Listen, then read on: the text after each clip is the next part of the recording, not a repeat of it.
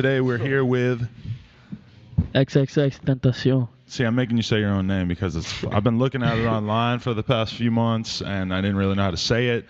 But, hey, man, it's nice to have you in the studio. I appreciate it, brother. Thank you. And I guess you should, we got No Jumper alumni Craig Zen over here on the left. Maybe you should introduce your homie. All right, we got Craig Zen, we got Lil Weefy, Lil Buddha Wi-Fi, you feel me? We got Lil Gabe, Young Dirty Dick on the beat, you feel me? You got Skeet Master, Slunk Guy, we got Bruno Dick on Bruno Dicker down in the corner, you feel me? Then we got Adam from No Jumper. Adam from No Jumper, what's poppin'? Yeah, we out here. So I guess we should start with the basic information. Where are you from? I am from, all right, so I got to get in depth. So, all right, how I put it? I was raised borderline like Pompano, but I was born in Plantation Hospital, raised around Pompano area, raised around North Lauderdale and Broward. Like, so Broward County was like where I grew up. So then after a while, like I got kicked out of like a lot of schools. So I ended up going to like Deepside or Lauderhill. Okay. And then I lived throughout like Lauderhill for like a lot of my life after I got arrested. So what kind of environment is these in? And for people who don't know, he's talking about Florida. Lauderhill is like the hood. Lauderhill is like niggas call it four-way. Like you throw a four-way like this. Like. Well, what's this mean? It's the four-way, like it's like four-way. Yeah, four-way, the block. Deep side. From the, deep side from the block. Like type shit like. Clearly, I'm out of the loop on this. It's just Broward shit. Like bro. Yeah. How old are you?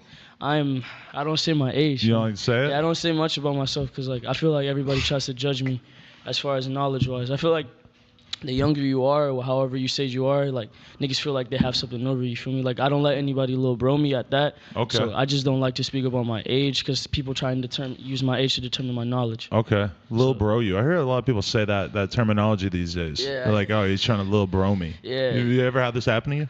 Nah, cause like I just fade niggas. Well, you're a fighter? You've been getting in a lot of fights? Bro, I've been fighting since I was a kid. Fuck. Come close, bro. He knows. What? He's always been throwing the hands, or what? I mean, I've been there plenty situations and like plenty fights. Like I knew him for 4 years. Yeah, we all know. Yeah, pretty much. Yeah. So okay, you grew up in the hood. Type shit, yeah. Type shit. All right. And so, what kind of upbringing did you have? Like, what's your mom like? My mom is mean. Mean. My mom probably like. My mom's probably the only girl that could beat me up. Really? Yeah, probably. What about Ronda Rousey? Ronda Rousey? No, I'll throw hands with Ronda Rousey. Okay. That's good to know. Ronda Rousey. You can see me with the hands. Well, she's coming off of L anyway, so she got an advantage. Yo, that fight was epic, bro. That was amazing. Fucking fight was fantastic experience, yeah. All right, my mom. Quick discussion of women's MMA. Yo, I love MMA. I've actually met Tyrone Spong, Rashad Evans. Nice. Vitor Belfort. Yeah. Cool I guys. love MMA too. It's so entertaining. All fucking cool guys. Yeah. All right. So your mom, though. Yeah, my mom.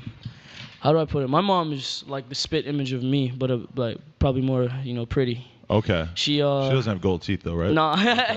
No, she look is the reason why I got gold teeth though. Like my mom, when I was a kid, wanted me to get gold teeth. She wanted you to when you were a kid. Yeah, when I was a kid, she asked me, bro. Like asked me if I wanted gold teeth type shit. What the fuck was wrong? Was it when Paul Wall was on the radio saying girls? Was it really? Yeah. Ludicrous. Nah, cause it's just where I was like pumping though, bro. Like niggas like Kodak, like bro, it was big on girls. Girls was a thing. Like girls. To be honest, in the South. Girls is everything, to be honest. Yeah. Ass, bro. What you need? It's like becoming a man. It's like losing your virginity once you're like 16 or so. It's like from boy to thug. Yeah. That's when you hop off the porch. You start running around with a bunch of gold teeth. Yeah.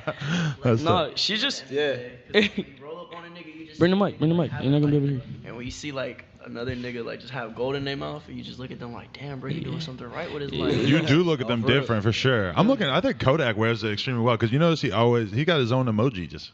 Yeah, his shits are perms though. Yeah. He's savage with it. Shout out Kodak. That's like the ultimate level is when you get the permanent ones, right? Yeah, the permanent ones where you just permanent thug. You guys Kodak fans? I'm a Kodak supporter. Yeah. I'm not a very like I can't use the word fan for many people. It's more of like I'm inspired by a lot of people. Like, right. I won't go and say like I don't listen to Kodak. I won't go saying like I listen to all these artists. But we fuck with them. Yeah, we fuck with them heavy. Sound. Just to call yourself a fan is like it's a support. Like when I tell my fans, if you're gonna be a fan, it's different than being someone that supports me. Okay. Because if you're a fan, that means you abide by everything that I believe in, and then that you support what I do to the fullest extent. Okay. If you support me, just like, oh, I see that nigga, he's grinding, you feel me, he's doing his thing. Right. And I'm gonna support from this distance. But a fan is someone that, like, I feel like you have to be a core fan. Like, I have a cult fan base. I don't have like a weak ass fan base. Like, right. I speak to my fans. I help my fans. Like, because I try and be in depth, you know. Your shit is weird because you have a crazy ass following on social media and stuff, and like it's not like necessarily the craziest like numbers, like 10,000 or whatever. Or how many are you on SoundCloud? SoundCloud, I'm at 18.5. But like the numbers are retarded because it's like you really seem like, and just the number of people who have asked me to interview you is fucking insane. Like considering, you know, that you're like an underground artist, like the number of tweets I had to read about you, man, are like, I don't want kids out there to think that they should tweet at me about their friend 800 times, but you know, it does. Eventually I notice at some point. Yeah, hell yeah. No, definitely a fucking cult fan base. Like, I definitely have a fucking cult fan base. I'm gonna take this off. Not into the headphones? Yeah, no. As long oh, okay. Damn. Now look, we can see the man now. Okay. Damn. Everything off. They come out the shirt. I was trying to hide myself, type shit. Fat Trell over here. Every time, bro. Well, it's hot too. We can't go nowhere. The temperature is 76 degrees in here. Yeah, that's solid. All right, so you feel me? We booted up. I came out the shirt, type shit. Drill music on deck right now. Let's play some fucking walk. This looks like drill music.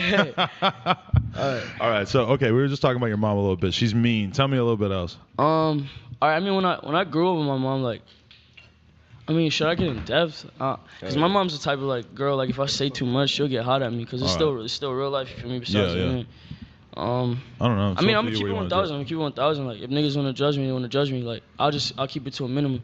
Me and my mom went through it hard. Like, my mom was just in situations where she couldn't take care of me. You feel me? Like, niggas done drive-bys on me when I was like a jit type shit. Like I stabbed my first nigga a bit. Like, I bit out, like, basically a nigga tried to put his hands on my mom type shit. And like, you were how young? I was like 6. And you stabbed him. And with what? I bit his flesh out and like grabbed the glass shard and like poked him with it type shit. Like, stabbed him with it. Like, wow. When I was like 6, 7. Like, my mom just had me, like, she was in a situation where like she wanted me around, but she couldn't afford to, like, because of shit she was around. You know, she was still growing up. Like, my mom was raised in Jamaica. But what was she around? Was she around a lot of like drug dealing and crime, or like why is she around motherfuckers that were beating her up and you got to stab them? She just, to put it in a simpler term, like, my mom wasn't a prostitute or nothing, but like, she just wasn't in a very stable environment because she had no help at that. Like, right. My mom just had it hard, bro. Like, honestly. So she raising a kid, honestly, was on her last priorities. You feel me? So what she did was she passed me from hand to hand to people that could take care of me, you know. And like doing that, like I was put in situations that weren't the best, but I get what she was doing, so I don't resent her. I would never resent my mom, but like my mom had it hard, I had it hard, and it's just a very misunderstood. Like my relationship is still being. But you're really young to already have that acceptance of like looking at your mom and being like, I understand what you went through, and I know that it was hard, and I can forgive you for whatever I had to go through. But did you feel that way as a kid? Did you understand? Were you angry at her when you were like a little kid getting put in all these crazy situations? I chased her, like. Like, I remember I used to beat niggas at school type shit just to like hear my mom yell at me or talk to me. What, just because you wanted some attention from her? I wanted some attention, yeah. Like, I remember I used to go to like fucking Margate Middle. I remember one day like this bitch kept fucking with me. Like, and I don't say hit girls. I know this is not something that, but I'm gonna like keep it 1,000 for me. I don't like to lie. There was like this bitch that kept slapping me at school type shit. So I remember like one day I was like, all right, obviously it's a girl. She probably likes me or some shit, you know? So I went to my mom and I asked her, I was like, would you get mad if I slapped this bitch? And she was like, well, I didn't say it like that. I was like, would you get mad if like I put my hands on a girl? She's like, you always give a girl 3 warnings type shit. So like, That's what your mom told you? Yeah, you always give a girl 3 warnings, and if she keeps hitting you, like obviously she's trying to harm you. Right. So if she's trying to harm you, then you go to the extent to where you gotta handle it. So I remember one day like this girl and her boyfriend like were fucking with me at school, and I was like, cause I was making fun of them, and like I think she slapped me or some shit, and like I slapped the fuck out of her and kneed her, and I remember from after that like my mom realized how serious I took her, like her word was my bond. Right. You know? So like afterwards like. Anything she would say to me, I'd take it to heart. Like, if she would duck me, I'd take it to heart. Like, I remember one time she got mad, like, about some dumb shit and just said a lot of, like, hurtful shit. So, like, everything, like, I mean, to skip to the point when I was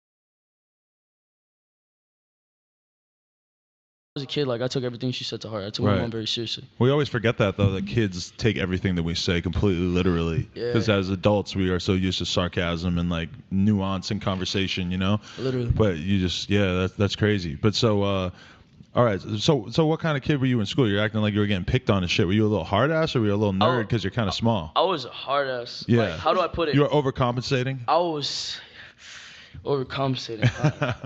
I was all right. How do I put it? I was that kid that didn't say much, but like him not saying much made you want to know what the fuck he was thinking. So I'd be in the cut, and then when I'd say some shit, it'd be some weird shit. Like I'd say some crazy shit, like, oh, I'm gonna beat the fuck out of you or some shit. Like I'd be the kid in the cut to like just get off on somebody type shit, and then you wonder why the fuck it happened. So you come to me and you speak to me and want to get the inside of everything. Like I never really spoke.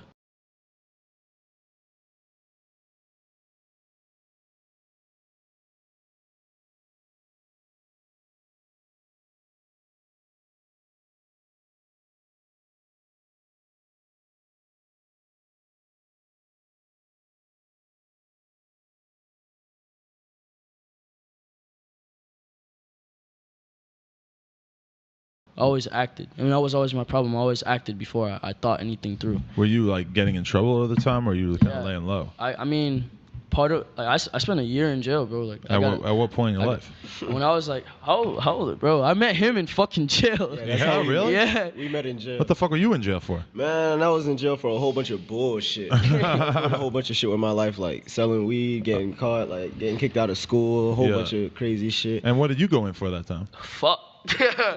All right. A lot of shit. Armed robbery. Armed robbery. What was that like? No, it's gonna keep going. Okay, yeah. Armed robbery. And this is not me being cool. This is not me saying this shit is okay. Well, we don't condone this shit. I was just fucking up, you know. Allegedly. Yeah. Yeah. No, if you already went to jail for it, then it doesn't have to be allegedly. Yeah.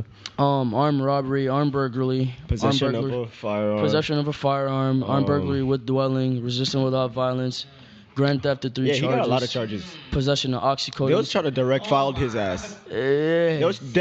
I seen all these charges. Like I seen it. Like we went to court. I had the worst charges in the jail. The judge read the charges to him, and I'm looking at this nigga like, what the fuck is little nigga? I don't even know where to start on that list though. Like, where should we start? Like, why are you stealing cars? Number one, why are you selling those? No, it wasn't even cars. It was the amount of houses I robbed. Like, bro. This was before face tats. I was a little nigga, like I was tiny, like I had a fucking Wiz Khalifa patch in my head, like bro. I looked like a little bitch. You feel me? But you were getting it in. Yeah, but bro, I was dead ass. Like ask any nigga around me. Like I was a young savage. I was a little savage. Like okay, but were you trapping? Like were you actually making money, or were you like just fucking doing a bunch of crazy ass shit, getting in trouble? What it was is like, all right, I told my mom like one day, cause like I said, I was always after my mom. Like I always wanted her attention. So I told my mom one day, I was like, if you want me to do anything, you need to be around. Because at this time I lived with my grandma. Because she kicked me out. Because basically, like, bro, there's a lot to the story with my mom. Like my mom is a big part of my life. But I was fucking up. Basically, I got kicked out of middle school. And she put me in a behavioral correctional called Sheridan House. And shouts out to Sheridan House, wonderful. It's called Sheridan House Family Ministries. It's actually located in Broward, near Davie. But wonderful people, like wonderful environment. Like I enjoy what they were teaching me, you know. But How you get kicked out of middle school? Yeah, kicked out of middle school. Why? That's a good question. You're right. You're filling in the blanks. What did I get? All right, there's a list of shit. You did. I remember I beat some niggas I beat some niggas and like shouts out to him. I fuck with him now. We're cool now. I think his name's like Marcus or something. But he only has one eye now? No. His eye was good, but like I fucked his eye up type shit. And I remember there was it up again. Yeah, there was this fat kid in my class that made fun of my mom. I kicked him in his mouth. Oh, fat kid. I fought some. I fought some Chico nigga on the bus. Because he said some shit like to my, like when I was in middle school, bro, I was a little pimp. I'm not gonna flag. Like I probably got more bitches than I get now. Like really, I'm a loner now. So bro. you're getting pussy from a super young age, or did it take a while for you to start getting bumps? Oh my god, bro. Because I was a pretty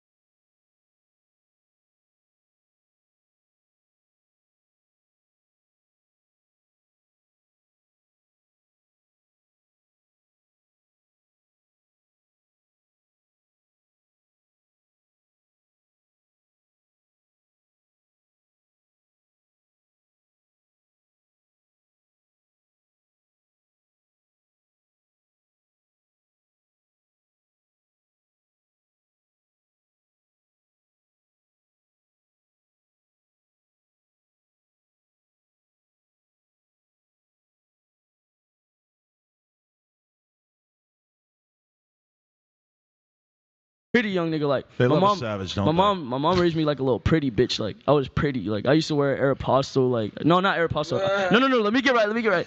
I used to wear Abercrombie, like Abercrombie and Hollister. You feel me? I was not. That was like the third wrong version of Abercrombie. Yeah. Yeah, like it's levels to that shit. Yeah, it is really. You're also the first person I've ever interviewed who holds the mic like he's performing with both hands. I don't know, because my cool, hands are fidgety, bro. Like, oh, it's fine, yeah. My hands are fucked. Like I fucked them. I broke both of them. Like both of my hands are broken as we speak. Right. Damn. So like. True fact. Yeah. True fact. Both your hands are broken from fighting, I'm assuming. True fact. Yeah. Yeah, bro. Trust me. So you're still getting it in. Jeez. All right. Let's keep going with where we're at in the story with you. No games. Getting kicked out of middle school or whatever. Shit out of somebody in Texas. Yo, I did stop a nigga in Texas. Shout out Wi-Fi's funeral over here with no mics, flexing on the bike. You're gonna be able to see that in the shot a little bit. Man, It's cool. I'm gonna tell you like this. This is how it happened. All right, so look, we in the convenience store, right? And there's one little white. Come closer to the mic, nigga. A little closer to the mic. He looked like a little hipster or whatever. A nigga comes up and he's just like, "Fuck everybody in this convenience store," and X is in there. So X was like, "What?" So X literally goes outside and just stares at him. He turns behind and just whops him right in the shit.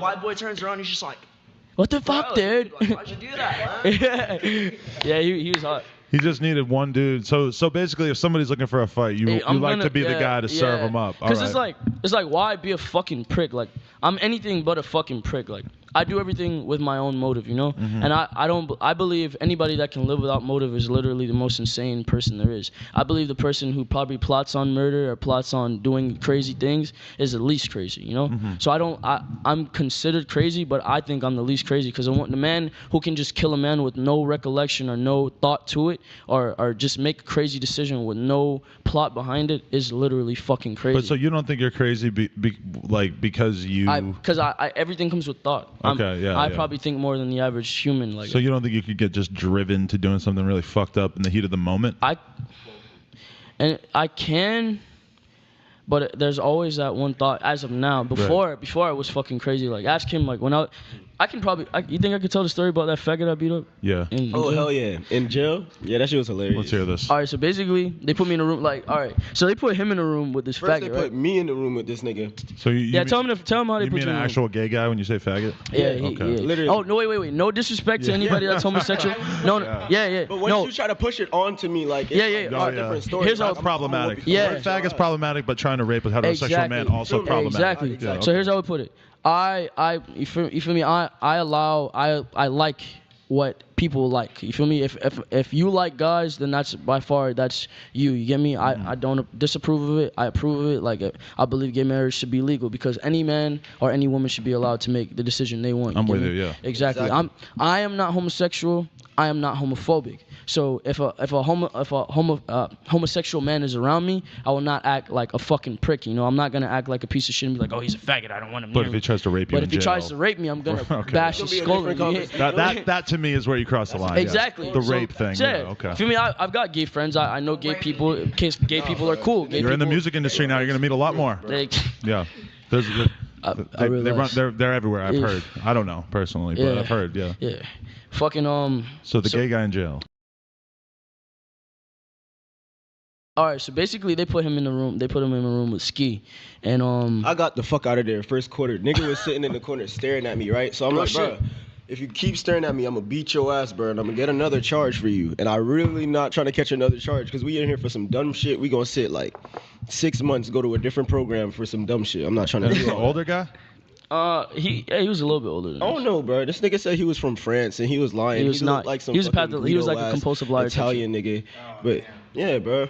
Anyway, so he's sitting in the corner staring at me. So I'm just banging on the door. I'm like, yeah, y'all gotta get me the fuck up out of here, bro. And I kept banging on that shit till they let me out. So they put him in my room. All right, I'm gonna tell you that part. So all right, we're sitting in what's called a horseshoe because it was a tent. It's a young nigga like jail type shit. Right. So like we're in a horseshoe. What'd you say? Y&J. Shouts out to fucking, what is it, Dog Pound? I love that movie, bro. Dog Pound is fucking awesome. Yeah, Dog Pound is lit. Shout out Soul Plane. Soul Plane? I fucking hate Soul Plane. I just saw Soul Plane for the first time the other day. Yo, it's so fucking cliche. No, that shit's cliche as fuck. That shit racist. The airline's called NWA. That's so funny to me. Y'all assholes. Fuck that movie. Soul Plane. Yeah. We're all too hyper. I just drank a bunch of coffee. Yeah. Yo, I'm off like this Capri Sun. You feel me? Like I'm in here sipping. Yeah. Aloe water. I'm lit. I got my little iPad on the side. This is great. This is an awesome interview already. I appreciate it, bro. We're already killing it. Yeah, I appreciate it, bro. Thank you. No, fucking the gay guy in jail. The gay guy in jail. Bro, that sounds fucking crazy. All I know is when he came out that room, the gay nigga was bleeding from out the top of his head, bro. And he was just sitting there smiling at me like, I'm looking at this nigga like, damn, bro, already, bro. What did this guy do to you, and what did you do to him? All right. There's the fake story, and then there's a real story. So I'll tell you how it began. Like, they kicked him out his room. Like, cause me and him was in the same room type shit, right? And then they made us move because we switched rooms every 2 weeks or was it 2 days? Every 2 weeks. Every 2 weeks we switched rooms. Every 2 weeks you switch. Yeah. Every 2 weeks we switched rooms because I was in a room with him and Will, and like my face is like recognition type shit within the jail. Like my face was good because like I was quiet.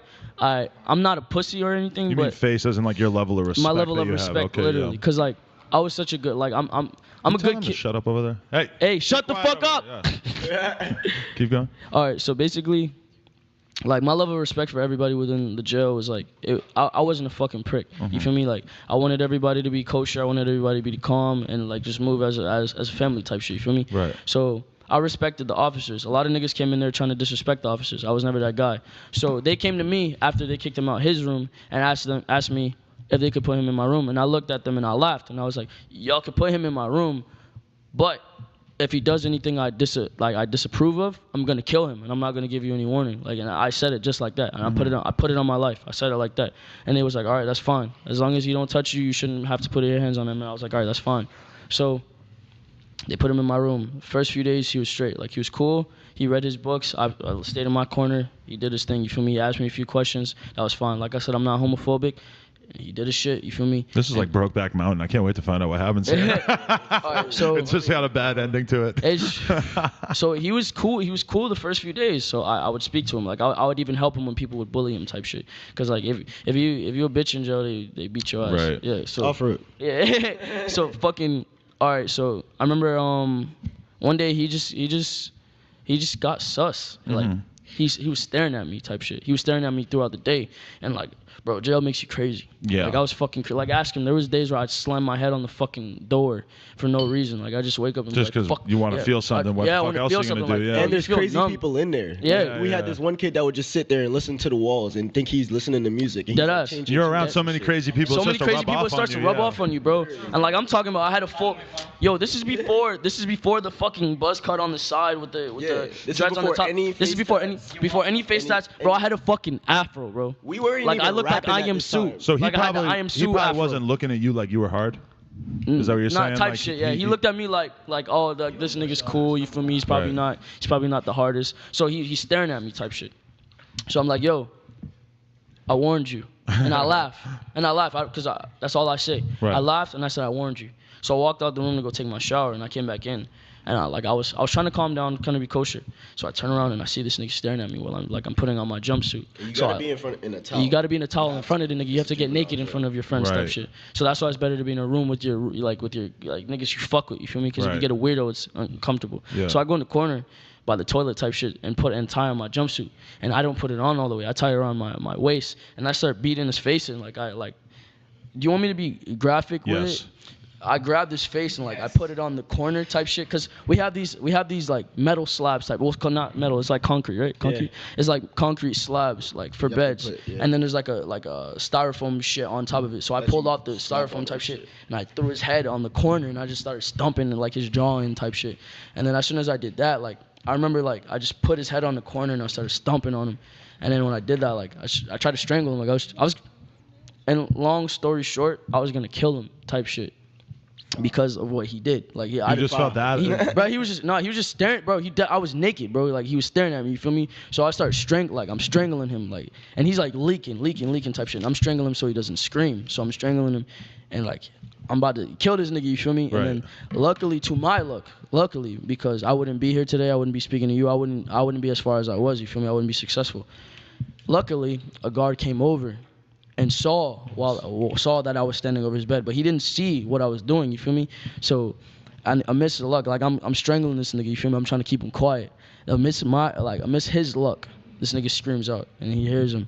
So I got his blood all over my hands. You feel me? All over my chest, literally. Yeah, right. So and don't think I'm trying to be cliche or a fucking weirdo when I say this, but I was going crazy. Yeah. Like I smear his blood on my face, on my hands. I got it like in my nails. Like, oh, bro, I have it all over me. You feel me? War paint. That's tight. Type shit. Like I was going fucking crazy. So I walk, like they open it and they see that obviously because he screamed, they open it, they pull me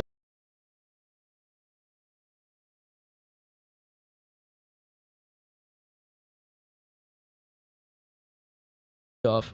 So then I go out and I said, I told y'all I would kill him. I told y'all. And the thing was, like, they respected that. You feel me? Because, like, I told them what I was going to do. Like, it's not like... You're saying the cops respect, or the guards respected it? No, the guards respected it because, like, they put me in a room with someone that made me uncomfortable, and I said that was perfectly fine. You feel me? Well, not necessarily uncomfortable, but they put me in a room with a risk. Right. Because nobody else wanted to be in a room with him, so they put me in a room with him. Don't they normally put the gay guys in, like, protective custody or whatever? They just didn't do this here? There is no protective custody. There is. There's only the hole. You sleep on the floor, like in the... Oh, yeah. He ended up in protective. Yeah, he did. He ended up in protective custody. So you didn't actually get in trouble for doing this to him? No, because he finessed it. I finessed it, but I did get in trouble the first day. So what happened was, after I did that, like I said, the guards really, I'm not gonna say no names because I'm not a snitch, you feel me, but like the guards really fucked with me.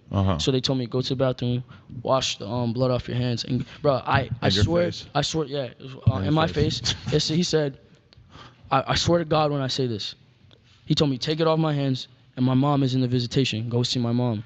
I went to visitation with blood on my fingernails. My mom saw the blood in my fingernails and asked me, what did you do? She looked at me and asked me, what did you do? Because I just had this smug, like empty look on my face. And I was like, this nigga, like, there's some gay shit. So I had to beat, like, I cracked his head open type shit. Yeah. And I said it just like that. And my mom starts crying. Like, my mom's crying and just, like, is telling me, like, you don't realize that if you fuck up in here, they could... Because they were trying to direct file me. They wanted me in prison for like 5 to 10 years. For that? For the gun charges. You were already on, yeah. Bro, I had on top of an armed burglary, on top of a possession, I had like hollow tips in my bullets type shit. I had a gun I wasn't supposed to have at that. Right. I was just fucking up, you feel me, with all those charges. So at anything, if I fucked up in there, they could easily direct file me. Right. So she said that, but basically what I did was I finessed it. No homo when I say this, but I said the nigga tried to grab my ass. Right. That's what I told to the guards because he was gay, obviously, so it would work in my favor. So I told him that he tried to grab my ass, so I beat his ass, long story short. So what they did was they cut my visitation short. Literally, as soon as my mom says, don't you know that they can take you away? They rush in and grab you? Rushed. Cliche as fuck, but they rushed in, grabbed me, and they took me to what is the hole. Yeah. And the hole is where you're by your fucking self. You have no mat. It's just a concrete slab. That shit feels smaller than all the regular cells. It makes you go crazy, literally. Bro. Yes, you're just sitting there, feel like the walls get smaller, bro. Nothing, bro. Nothing in there. How long were you in there for? You don't even know? It was the rest of the day, right? Yeah, it was the rest of the day. That shit could make you go crazy. Though. I put him in the ER, so they had to keep me in there for like the rest of the day type shit. But like the guards looked out for me afterwards. But not fucking But you say that you don't think you're crazy and you think that you can act, like... No, I was crazy. You think when you act... Oh, you were crazy back then. I was batshit. That's this nigga. Till recently, I was fucking crazy. Were you on drugs or were you just a little kid going I was on a mixture Very of fucking testosterone. A lot of aggression. I was on drugs. I was just fucking wild. Hey, but you were fire when you were on drugs. Fuck yeah. My music was... It was lit, though. Let's talk about drugs. What kind of drugs were you on? And were you on drugs in jail when you're choking out gay guys? Low key. Choking out gay guys. I mean, me and this nigga like snorted ibuprofens. Like we snuck ibuprofens under our tongue. Yo, bro, we was craving for a fix, bro. Like, bro, you try being in that shit for a whole fucking month. We was in there for a month, bro, dealing with some dumbass niggas just trying to fight for no reason. Ass niggas. Bro, so he's like, fuck this. We're trying to get high. You feel me? So like, we told him, we got headaches type shit. So he got ibuprofens. I got ibuprofens. Snuck them under our tongue. Went back. Crushed that shit up. We used to sneak papers from like the fucking portables type shit. So like, we brought him back to the fucking. You weren't able to get real drugs in jail though. No. This is where we first formatted like. Us saying that we were gonna do music together. Really? Yeah. You weren't making music before jail. I was. Okay. A little bit or what? You want me to just tell the story? Yeah, let's talk about the music shit too, not just the brutal assaults. All right, so how it started was literally like when I was a kid. Like I said, I was batshit fucking crazy. I would just fight way too much. I had problems with my mom. My dad wasn't around. I was just lost, literally lost, numb. Like I just wasn't anywhere, you know. And usually, like growing up, the kids always are like, "Oh, I want to be a firefighter. Or I want to be the president. Or I want." I literally always was my answer. You can ask my mother. I never fucking knew. Like I had no clue at all. So amongst that, like just growing up, like just knowing I didn't know what the fuck I wanted to do, music started to present itself. Cause I would listen, like, bro, like, you can look at me and probably think, oh, this nigga, like, maybe, I don't even know what people think when they look at me anymore, you know, but, like, I think, like, people are probably like, oh, this nigga's typical, he probably listens to, like, Lil Wayne, or, like, and shouts out to Lil Wayne, all these great artists, you feel me, listens to that typical trap shit, but nah, bro, like, I grew up listening to The Fray, 3 Days Grace, Papa Roach. Really? But yeah, bro, like, I was weird, I listened to Blood on the Dance Floor, like, yeah, okay. yeah, I was fucking weird, But you bro. weren't into rap, you were just into all this sort of, like, screamo bands? That's where, into both. That's where the versatility both, comes. like everything. Yeah, that's where the versatility comes with me, because I would go from listening to that to Lil Wayne, to Tupac, to Biggie, to like different artists, you know, like I came up off like a lot of artists. Like I would go from all of that, like from rock to fucking rap to literally Japanese fucking instrumentals, like different Japanese songs. Like I was completely and utterly mesmerized by music. Where were you finding out about music? I don't fucking know. You just stumble upon shit on YouTube or whatever? I was just looking shit up on YouTube. I at the fucking time I had a Kyocera slide up. Like I thought I was fresh. You feel me, with my little square ass phone, my stickers on my phone type shit. Yeah. I remember I had my Razr, Samsung, this type shit. So like, bro, like I just used to download mad music on there, and eventually I started like trying to play guitar, trying to play piano, because I always told my mom like music ended up being my thing. So she put me in singing classes for like a week. No, scratch that. Before I lived with her, where the music really started is because while she couldn't take care of me, she put me on my aunt's. Shouts out to my aunt, shouts out to my cousin Maya. But yeah, she put me in like my aunt put me in fucking what was it? What's that shit called where you sing? It's like chorus. Chorus. Choir or chorus? It's not for. It's chorus. Church. Chorus is a class. Chorus. Chorus is also. No, chorus it is more was for class. school. It was for Choir is school. in church. No, yeah. So Yeah, I was chorus. chorus. It was chorus. She had me in chorus and choir. Wow. So she like when she put me in that, they tried to teach me notes.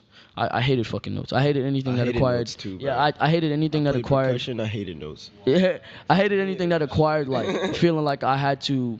I hated anything that made me feel dumb. Right. Literally. So I wanted to like find my own way with these things, you know. So I tried to basically like learn it without learning notes, and I did. Like, so I was in choir, ended up getting kicked out because I punched a nigga in his shit. Like, I punched a nigga in his shit while we was literally doing a performance because he kept touching me when we were singing. You might be like some kind of like gay heartthrob or something. You got all these gay dudes. No, he wasn't. He wasn't a gay. He wasn't a gay guy. He wasn't a gay guy. Oh, okay. This guy wasn't gay. No. But even straight dudes are like trying to touch up on you. You feel me? Because I guess you guys better not try to pull any funny I guess I'm just that pretty. You feel me? Craig told me he likes me. You know, he thinks I'm cute. Craig. He told me he was gonna rape me, bro. All right, see? Multiple times. He's still on the jail shit. That's his thing. That's his thing right now. I plead the fifth. Do you joke around about such plead shit the like that fifth. a lot? You would tell Craig Zen that you're gonna rape him? It's just funny. Fuck what niggas be talking about. Fuck that thug ass gangster ass shit, bro. Every nigga crack a gay joke every now and then. You feel me? Yeah. I'll go to my nigga and be like, yo, you sexy, nigga. Like, yo, like you my love like Young Thug, nigga. Yeah. Yo, you sexy.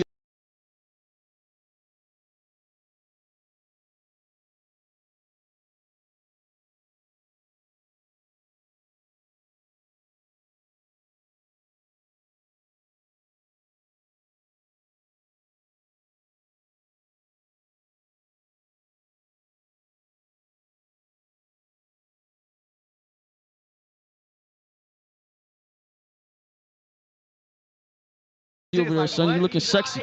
Yo, son, you looking real sexy. Yo, I licked them fucking face tats off your face, nigga. That's your man's? You gotta be really good friends with a guy that starts hitting with this kind of No, jokes. real shit. No, real shit drove though. him here? Real shit though. Like, paid for his fuck Uber? that. Like, bro, I'm not a goon, bro. Like, niggas get the wrong like conception about me. I'm not trying to be a goon. I'm not trying to be hard.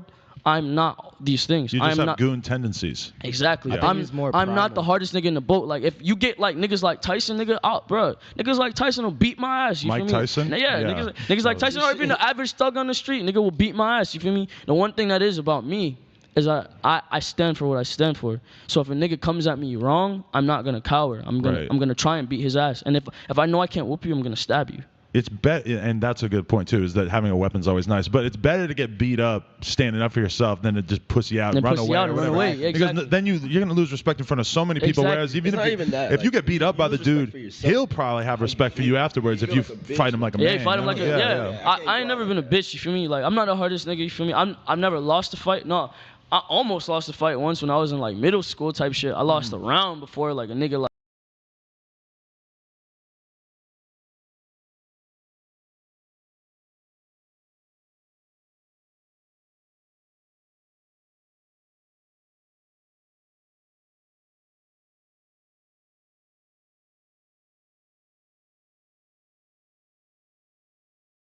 like got on top of me type shit, but I dug my fucking finger in his nose and like broke his nose and like dug my hand in his eye type shit. I was always a grimy motherfucker. Dirty fighter, huh? I was a dirty fuck. You ever take karate or anything like that? I did. He took karate, I took karate. That's where they teach you how to fucking break people's eyeballs. Bro, I was a fuck nigga with that karate shit, bro. I would go home and try and beat niggas up, bro. Like, I was a fuck nigga, To be honest, yeah, bro. That's why I always wonder when I see that, like, they're teaching jujitsu and you watch UFC, like, when you see little kids fight on World Star and shit, and they're putting each other in, like, triangle chokes and shit. It was fucking UFC. Somebody's gonna die, yeah. It was UFC that I always loved. Like, I always loved UFC, and it always made me want to fight. So now, like the type of nigga I am, like, how do I put it? Like, I'm not, like I said, I'm not a goon. I'm not a thug. I'm not what these niggas like. Well, why'd you start getting tattoos on your face? Art.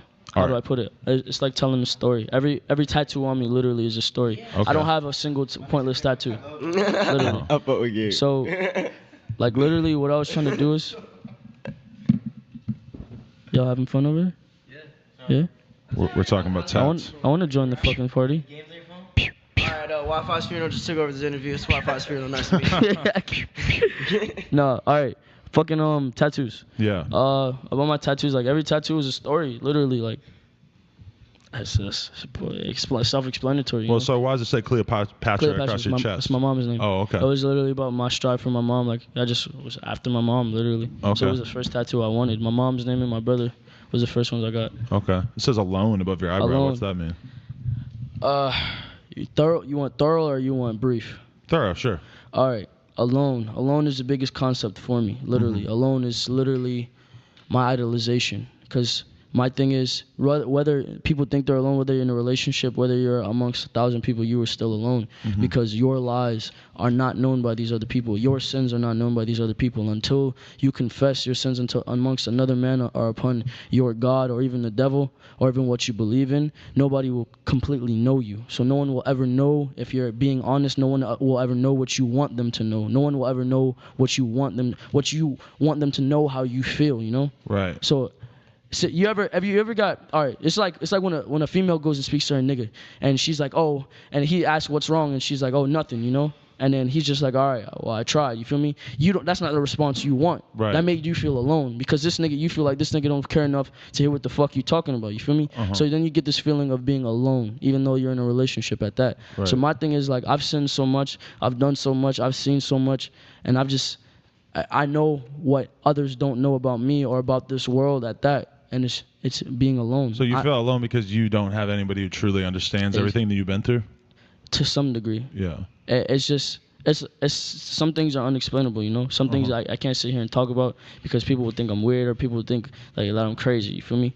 They might already think you're crazy. Yeah, partially. And weird. I'm used to Threatening to rape your friends, that might be considered weird. Brutally murdering a homosexual in jail, because some people might think that's crazy. I don't know. I want to know more about the music, though. I want to know, like, when did you actually start making music? Like, when did you actually start going hard with it? Music. I'll be thorough. All right, so, yeah, like I said, I didn't know what I wanted to do. So one day, after I got out of jail, I told my mom, yo, music. All right, here's how it went. I got locked up for a year. They sent me to a behavioral correctional, which is it's a fucking boot camp prison for kids. So they sent me to that shit for like 9 months. I was in there for a year. So they sent me to that.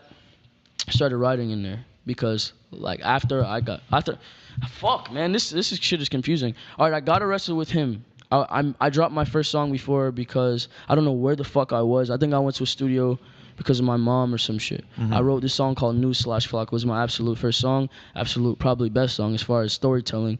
And then I got locked up. I met him. I started telling, like, and then he knew that I rapped because I was like Facebook famous or some shit at that time. Yeah. At that time, like. How are you Facebook famous? Bro, I really don't know. I was just All jiggy. he did was take pictures, bro. Yo, I used to wear like Diamond Supply. Literally. Like I was a Tumblr nigga. That's what it was. You had mad Tumblr followers? Not necessarily. I had people that would even like tweet my photography pictures. Like I'm talking about like phone selfies. Yeah. Because you're light skinned? Bro, I think so. You feel me? Like I'm ugly now. Like it's straight, but like type shit. Like I was a pretty jit. Like I was a pretty little jit. What's a jit exactly? It's a young nigga, like a young nigga. Yeah. That's what so I like, thought, so like, fucking nah. What was I talking about? Being a pretty jit. Oh yeah, we got locked up. Had a song out. He knew who I was because he was fucking with this bitch, and like no disrespect to him, he was fucking with this bitch that was like obsessed with me type shit. You feel me? Like she was. We're not gonna say no names, or you know who I'm talking about. Like she was obsessed with me. Always talking. A lot of times they want to fuck the whole crew, you know? Yeah, type shit. Multiple man. jits. We go through that. Like it wasn't ever like a me fucking with her seriously. I just knew. He just knew the bitch. Yeah. Like she wanted to fuck with both of us type shit. But I was like. On Facebook, I was a big attraction. You feel me? Like niggas like knew who I was type shit. So he came up to me when we was locked up. He was like, "Yo, do you know this bitch named da da da da?" You feel me? And I was like, "Yeah." He's like, "Yo, that bitch is obsessed with you. She tries to get me to say these things that you say to her. Like she tries to make all her niggas say that shit type shit. Cause I guess she had a fetish for what I did type shit. So." Feel me? I was just trying to fuck the bitch, and she was on this weird shit. Bro, I ain't even fuck yet. I swear to God, bro. So like, I'm gonna fuck that bitch. You feel me? I'm gonna get down. I have it. I'm gonna get down with it. Get down. Dead ass. No, fucking. Well, how was it? Like, yeah, he came up to me. He was like, "Yo, this bitch is obsessed with you." And then from there, we was fucking cool, bro. Like. From there, like, cause I get attached very easily. Like, I'm not gonna be like, to bitches, not so much, but to my friends, like, if I spark with somebody, like, I get attached, cause like, I want to build a family. Like I said, I don't even do business with niggas I can't fuck with. You feel me? Like, I'll do business once, and if I can't fuck with you, I'll be like, yo, if I see you in the street, don't shake my hand. You feel me? So like, I'm a very personal person. Like, I take you can't mix business with pleasure, but I tend to. You feel me? Right. Cause I'm human. Yeah. But fuck. Yeah, so he came up to me, we sparked it off, you feel me? Then he knew that I rapped, so he asked me to rap. And I was like rapping. He was like, yo, your shit's fire. Like he fucked with me. Cause I was on my old school shit. Like I was on some boom bap type shit. Like I was a boom bap rapper. Were you really? Yeah, bro. Who were you rapping like? I sounded like Earl. I sounded like Earl mixed with like Biggie, mixed with like Pog. Like if you want me to spit some shit to like Yes. All right. Wow, Earl comes out. What song? Sick. Hot 97 I got it. Yo, what's your Weird flagrant? bar is Flagrant. God damn. I got you. All right. New York City. 97 exclusive. Shout out Harlem. Hey, Wait a minute. Y'all niggas shut the fuck Bring up. Hold that on. shit back. What's wrong This with you? shit's hot. It was like something I was Cypher, like. don't get gassed. I was like, Desert Storm. all right, never mind. Y'all want to rap? I'm gonna get off the mic.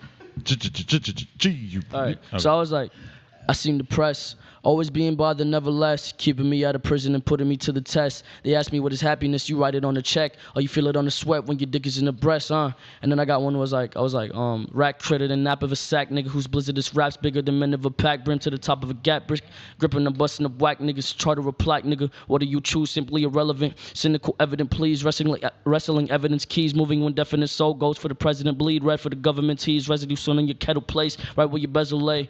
Cold blizzardly, ghost entity, gold digger. Call minity, yo friendly, cold swinging. Gas, give me your cash, couldn't be stashed feeling. Dove soldier, the coast rover, the gap. I forgot. I said some shit like that. He just snapped. Shout out Harlem.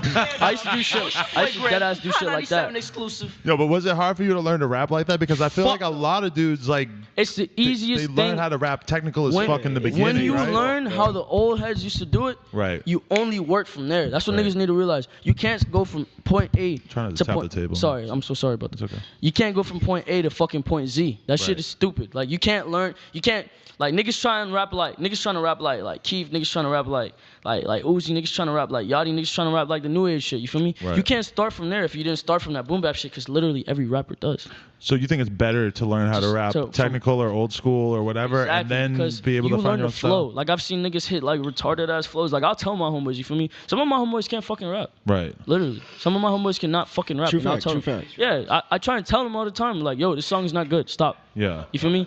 But niggas got their own opinions, you feel me? Like, nigga, if you feel like you can strive for that shit and learn it eventually, then do that. It's hard because everybody wants to rap. Everybody wants to fucking rap, Yeah. But see, that's interesting you say that, because I feel like, well, so do you feel like, how do you rap now in comparison to the cannabis style raps that you just spit right there? Diggy Simmons. Diggy Simmons now? No, I'm just playing. Oh. Hot 97. I'm gonna kill you after this interview. And rape you. Yeah. Yeah. Yo, I really don't know what he talking about. Like, gee. No, fucking as of now, like, my thing is, I'm versatile. Literally, there is no definition to my raps. Like, my thing is, like, I have no genre. Like, as of now, because I don't have the tools that I want. Bro, if you give me the tools to make what the fuck I want. What are the tools? Proper studio and shit? Proper studio, proper engineering, even the people that will sit there and take their work very seriously. And, like, as far as the production, if you give me the tools, I'll be the greatest artist there possibly is. Really? Literally. So you really haven't been in that, like, professional recording environment so far? It's just you and the laptop? I've been it's been me and the laptop, but I can go to studios whenever the fuck I want, but I want people that have the work ethic that I have. I don't want to work. I want to meet famous producers. I want to meet famous engineers, people that take their shit seriously and have molded a name for themselves that actually take their shit seriously. Right. Because I don't want to be in a studio with someone that's gonna sit there and throw some compression and throw some reverb and think it's a fucking track. That's not a fucking track. Not at all. You got to show the track some love. You feel me? Like, you can't go in the studio thinking you're gonna make some mediocre shit, and that's okay. That's why sometimes the underground, like, rawness of the track, like, makes the track genuine. Track, right. Yeah, exactly. So when niggas tell me, look, and no disrespect to the person that said this, you gonna know who you are, but some girl was on the phone with me, was like, yo, you need to work on your quality. Cause the song "Look at Me," but I went and looked at her plays. I'm like, yo, your plays are like 1,000 plays. You feel me? You're trying to like. I didn't say this to her, but in my head, you feel me? I gotta remain humble because I'm a very humble person. But in my head, I'm like, your plays are at 1,000, and my distorted ass song is at 1,000,000. Right.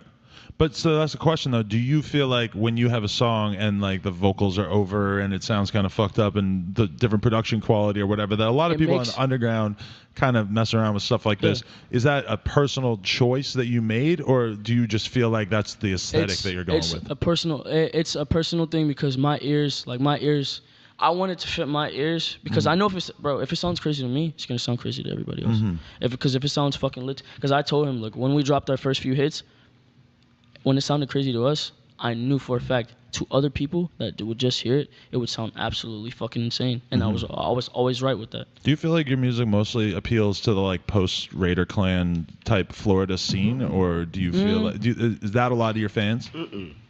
No. Let me answer that properly. Because when you're talking about like having lower production quality or whatever, I mean that's something that SGP kind of like, he was the dude in the beginning doing that. That was his style, yeah. Here's how I put it, because niggas probably expected me to come on this and disrespect SGP and be like a fuck ass boy.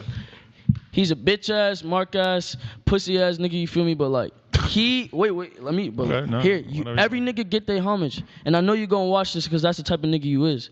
Look, you got my respect. In the end of the day, you a bitch ass nigga, but you still got my respect for what you were. You feel me? I got fuck perp tatted on me because the thing is, on your knuckles? I got fuck perp tatted on his wrist. I got right on my wrist, bro. Because here's my thing.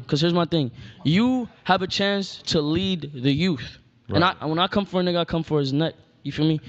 You had a chance to lead the youth. Like, all right, if you're the George Washington of the world, or you're the first president of this, or you breed this new sound, and you literally have all these fucking children. Because I've had little girls come to me wanting to kill themselves. You feel me? And I know if there's a possibility if I don't speak to them that they're gonna kill themselves. Space Ghost Perp is the type of nigga where a little girl will come to him trying to kill themselves. You feel me? He'll probably manipulate them and let them do it. You get me? I'm the type of person where if I'm gonna lead someone or I'm gonna do this shit and people idolize me, I'm gonna lead them in the right direction. You feel me? I'm not trying to be a fucking prick. Right. You get me? So my thing is, he had all these people behind him. Like I can easily say that I very much so supported Space Ghost Perp when he first came out. Who did not?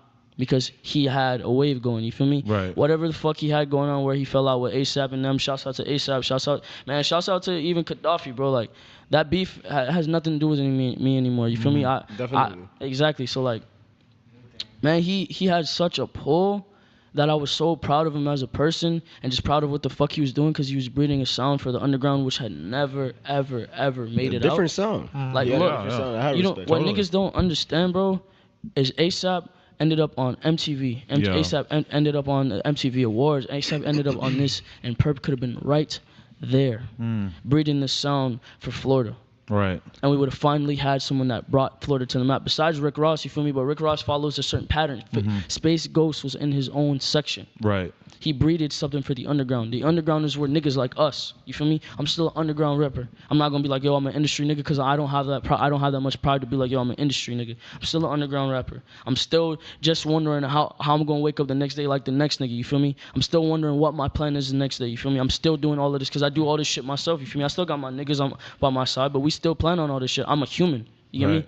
So my thing is like, nigga, if you got the power, and you misuse it, you dead to me. Right. You dead to me. If you're the president and you're using your power to fuck people over, you're dead to me. So it was a no-brainer for you to take part in that Space Ghost diss song? How I put it? Because it originally didn't even start off as a Space Ghost first diss. Everybody added their own thing into it. Who was the other people on it? I forget. It's Lofty, 305, Right. Denzel, me, and Okay. my boy right here, my partner. Yeah, me. I go last. Yeah. I'm the last on the song. It originally wasn't a diss track, to Right. be honest. That's Yeah. why my verse came out the way it did. Yeah, because it was originally wasn't a diss track, but my thing is like Denzel, like I don't want to say guided because I don't like to sound like I'm responsible for something, but how do I put it? He didn't want to diss him. And I said, this is a chapter of your life because even the dots on my face, it represents chapters. It's chapter 1 and chapter 2. So my thing is, there's a beginning, there's the peak, and then there's the end. The downfall, or to some degree, you can end at top. You get me? Right. So he's going through different chapters, and that's what he needs to realize. So when you have this person from your past that has been harassing you for a very long time, because obviously he's a grown-ass man. He can't bully a grown-ass man, you feel me? Right. But Denzel is a person that is so passive to where he'll let people fuck him over as far as his name. So everybody had this distinct look on Denzel, and I don't want to say pussy, but everybody had this distinct, like, oh, hey, you know, that nigga not gonna say nothing. That's how Perp was. Perp was like, oh, that nigga not gonna say nothing. He not gonna do shit. You feel me? And then I'm in Denzel's squad. You feel me? I'm ULT. I'm still members only. I'm still VR, but I'm in ULT, you feel me? So I can't have my brother, because I call Denzel my brother, I call this nigga my brother, I call all these niggas my brother, you feel me? Bruno's my brother as well. I can't have this nigga in my section having a nigga trying to bitch him out and knowing that I'm gonna let that shit slide because that's not the nigga I am. So I came in and left my mark. I left my mark on that. So I told him, I was like, here's what we're gonna do. If you want us on the track, you're gonna come for him. You're going to say something, you're going to address it like you should have been did. Because you're not going to get over on this until you win. You can't settle for a tie all the time. You can't let the little win. Don't you think in Denzel's case, he's sitting there looking at it like, I just don't even give a fuck. I'm over this. I'm bigger than he ever was. Exactly. That's exactly what he said. That's bigger than he was. But see, the thing is, look where it brought us. Yeah. Look how much of a buzz Denzel got off of finally shutting Perp the fuck up. You happy with Denzel's verse? You think that he went in hard enough? I think I went the hardest on the song. I think I went the hardest on the song, but my thing. You got something to say? Oh. I don't got nothing to say. I like Ski's verse. Hey man.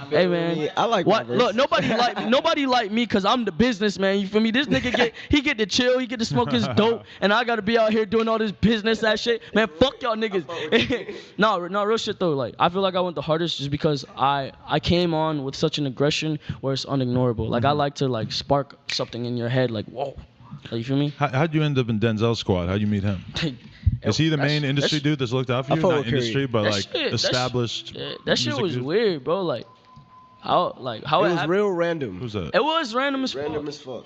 How it happened was basically like, all right, I was going hard, bro. We was going hard in Broward. You feel me? We was going hard in Broward. We was going hard in Miami. Like our songs was unignorable. In our city type shit. Yeah. In our we was going hard in our city type shit, and we was getting heard. You feel me? Niggas can't. After a while, you can't ignore a nigga. You feel me? Yeah. So like.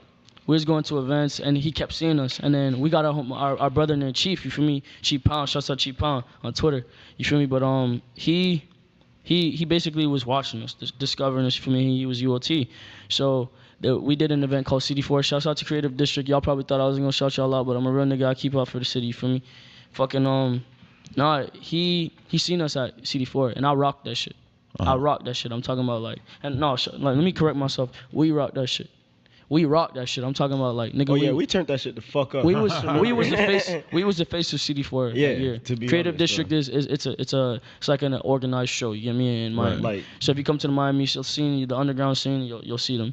But that specific day, Kodak was supposed to perform after us. Yeah. And the way we performed and we got it shit shut up, down. We shut that shit That's down. how well we So did. much so that Kodak didn't feel like playing after? No, it wasn't that. We Oh. turned up so lit because people were outside waiting for us. You feel me? Right. Like we had fans outside of the gate waiting for In us. the crowd and And outside. niggas started freaking out and fighting and type shit because they didn't get to see us. Right. So, yeah, man, like we turned up so hard that Kodak had to go another day. But Really? we were the face of that event. Okay. So Chief noticed us and he was bumping our shit. He brought it back, played it to Denzel, and they were bumping our shit. They was bumping our shit for a while. They tried to invite us to a music video. I don't remember. I think I declined. I didn't decline. I said all right the first time it got canceled. Yeah, it Then- got canceled. And That's what afterward, happened. I think they just decided to like just get to the point. You feel me? And was like, fuck it, we just gonna tell this nigga exactly what we want. It was like, yo, come through. We want to talk to you about music and business. So we came through. Denzel got to the point. He was like, yo, I want you to be in ULT. I looked at Denzel and I told him, I was like, here's my thing. I was like, I don't know you. You don't know me. You're approaching me on a business level. I don't do that. Yeah. I have to get to know somebody. Because, like, when niggas say gang shit and then niggas say squad shit, like, that shit real. Like, when niggas say gang shit, like, it's really gang shit. Like, if a nigga crosses him the wrong way, you feel me, on the street, like, you can ask him, bro. If a nigga come at him wrong, I'm always right there. Like, I'm always going to walk up on the nigga and, like, be right there looking. Yeah, you feel that's me? right. Because, like, on gang shit, like, a gang moves as in a gang, so you could call members only a gang. You feel me? You Like think you might be a little too eager to fight though? eager. Have you calmed No, down a it little wouldn't over the even- years, or are you still at I've calmed peak down over the eagerness? I'm always at a peak because of all the shit I've been He's through. eager for a nigga to fuck up. To fuck up. That's That's the what thing. I wait for niggas to fuck up because it's like niggas look at it, bro. Like I'm not a big nigga, you feel me? So I like when niggas feel like they could But get over like, on me. it'd be like the little sly shit that niggas throw at you nowadays that you Exactly. know it'd be sly shit Exactly. that he don't let But pass. I don't Like, let pass. yeah, I yeah. say shit. You feel me? Like, I think you thought you was gonna come at me like that. You feel me? Like type shit. Like I'll say some shit. You feel me? Like. You'll start the problem before they get a chance to disrespect you too much. disrespect me, exactly. Yeah. So disrespect and respect is a big thing because I don't disrespect anyone. Right. I respect everyone. I don't little bro anyone unless you literally are my little brother. You feel me? Like I don't little bro anyone. I don't come for anybody's ego. I let everybody have their own ego. I let everybody enjoy themselves. I let everybody have their fucking fun. Right. When I go on stage, I jump off of the stage into the crowd and perform in the I haven't seen you crowd. play live yet. You get buck. I get fucking buck. Bro. Puya and them didn't want me on their tour. Ask Craig why. They didn't Really? want me on their bro. We got our set. Our set got shut down. We shared a set. Bro, we almost Lauderdale? I yeah, think. it was Fort Lauderdale, yeah. Yeah. You got kicked off the tour? He grabbed the mic stand. We were pulling people up on stage and shit. They cut the music off. They cut Oh, the you music mean the off. venue, Yeah, not the Puya? venue. Here's how I'll do it. I didn't mean Puya. Right. Basically, what happened was like I performed with them for the last four cities they did Florida, yeah. in Florida. So within I did good. You feel me? I followed the rules the first few cities. But see, my thing is like everybody feels like there's a standard you have to meet. Everybody feels like, oh, you got to follow the rules. I'm not Right. that type of guy. Like, I'm not going to come on your tour and not leave my mark. I'm not going to go to this different city and not leave my mark. Whether it's by me doing some crazy shit, whether it's by me speaking the right words, whether it's by me doing something I was supposed to, you know? Right. But I'm not going to go anywhere without leaving my mark. Even after this, I would hope that you would see how intelligent I am and that I'm not the typical fucking SoundCloud. I think you're definitely making your mark. I think people because I had no idea that you were on some crazy ass shit. Like, you know, not that crazy ass shit, but I had no idea about the jail time. The fact that you are apparently willing to fight almost everyone besides Mike Tyson on a moment's notice. No, I'll fade Mike Tyson. You can get that. He can get these hands. Mike Tyson, come catch this fade. Yeah, I definitely just didn't know. Like, I appreciate the music, and it's crazy, like, to me, how much of a fan base you gotten so quickly. But I definitely didn't know that you had so much personality because you never did like an on-camera interview. Yeah. But it's crazy though because I feel like a lot of people, they need the visual component or the interview component to really start to fuck with a dude. Like, yeah, for me. You don't have any videos. Yeah, Is I shy away from cameras because You and this guy. my mom made me insecure, bro. Like I don't like my face. Like, Really? I don't think I'm. But you're like a lifelong hot boy. You was talking about being Facebook famous for being cute. I was because when I was a kid, when my mom was around, Right. after she left, like I had no confidence in myself because my mom was the one who dressed me. My mom was the one who told me that I looked nice this morning or that I need to go take a shower. Like my mom was my voice. Does music give you confidence? music has saved my life. Really? Bro, I've tried to kill myself numerous times. You know? You tried to kill yourself? Bro, I got hit by. You remember when I got hit in a car? I got hit by the car. Bro, like bro. I'm always gonna talk about my ex because my ex and music saved my fucking life. My ex stayed with me as long as she needed to while I was insane and saved me. Because my thing was, like, I lived with my ex for like a couple, like almost a year. I think so. And I was literally going insane. Oh, absolutely. Like she was my safe haven. Like I would go to her and like in the very beginning it was perfect. You feel me? Like she was what I wanted. She was everything for me. And she lied to me about some stupid shit. And then from there, like, I got insecure. Any nigga that say they don't get insecure is lying, you feel me? Like, I got insecure. I stopped trusting her. And afterwards, like, it just breeded a whole different madness. Just ruined the relationship, huh? It ruined me. It breeded a whole different madness in my head. To where I was like, I thought I wasn't enough, you know? I thought I wasn't shit. Like, I was like, oh, you feel me? Like, what does the next nigga have that I don't have? She never cheated on me. She was a great girlfriend, but... You feel me? You're always gonna think that because what do you have that the next nigga don't have? I was broke. I wasn't tall. You feel me? I wasn't the strongest nigga. You feel me? I didn't have much going besides my music. And at that, the way she loved me and the way she showed me love, I literally loved her so much that I wanted her to leave me alone. So I ruined it just because she loved me, you know. And it's not. I regret a lot of decisions I make, but you always hold on. You're holding on to this one girl. She stands out to you as the one. She's always anything she needs. She knows who. But what's your relationship with her like now? She hates my guts. She hates you. She hates my guts. But do you think that she actually really does care about you, or she really hates you? She loves me because look, me and my ex did a blood bond, like real shit. Me and my we loved each other so much. Wi-Fi looking at me crazy, but me and my ex did a fucking blood bond because we loved each other that much. Like, that's not something you can take away. Like, I can feel like if she's ever sad, I can feel it. Like, it's weird. Like, I swear. Like, there's times where if she hits me up, I'll already know what she wants to tell me. Right. You get me? I did a blood bond with her when like a couple months in when I was dating her. I love that girl. Like, I still do, you feel me? Like, but I'm gonna let her do her. I'm gonna let her have her life, do her life, you feel me? Yeah, because you're gonna be popping off as a rapper, not fucking other girls? Nah, I don't buy it. Yeah, I just broke up with a good one too. Yeah. But, I gotta get my freak on. It's a sad fact of life. So I'm tired. I'm tired of fucking girls, bro. Yeah. My dick stopped working like that for a while, bro. Yeah, I don't know about that. But, no, but okay, this is a question that I gotta know is, when your music start popping off on SoundCloud, when you start to get this following going, and like, when did you start to feel like, okay, I got to keep going with this because I'm making a fucking impact. I'm starting to build a following here. As soon as